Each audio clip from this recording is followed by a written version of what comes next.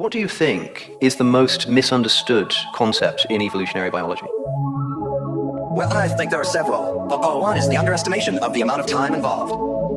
And so people sometimes just don't grasp that there's these huge amounts of time. So you hear people saying things like, well, I'll believe in evolution when I see a monkey give birth to a man, kind of thing. Because they don't recognize the time involved. Then again, I think there's the improbability. Many of them think that evolution is a matter of chance. Because they think the only alternative to design is chance, and therefore you do a sort of probability calculation. The probability of getting all the bits in the right place, whether it's a molecule or a body, the probability of getting all the bits in the right place is negligible.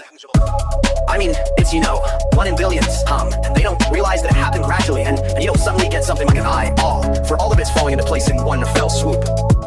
What you have to get is what you have is a gradual improvement from a very simple primitive I. A gradual improvement step by step by step.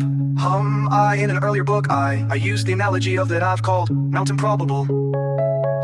Where you have a great big vertical cliff, and on top of the cliff is an eye, and the idea of making an eye in one fell swoop is equivalent to jumping from the bottom of the cliff to the top. And you can't do that. So you go around the other side of the mountain, and you find there's a nice gentle slope, and you just creep up the slope gradually, and that's what really happened.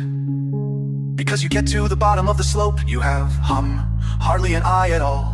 Just say a light-sensitive spot, and then you have a sheet of light-sensitive cells, and then you have that sheet bending into a slight cup, which can't form an image, but gives us a kind of vague idea of what light or dark is coming from.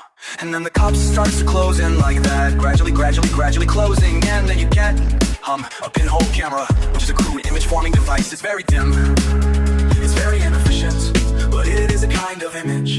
And then a lens forms by to begin with any kind of transparent gubbins inside it, which acts as has a slight focusing effect. And then that gradually improves and so on. So that you have a gradient all the way up the slope of Mount Improbable to the top, where you have this very, very beautifully designed thing with its imperfections as well.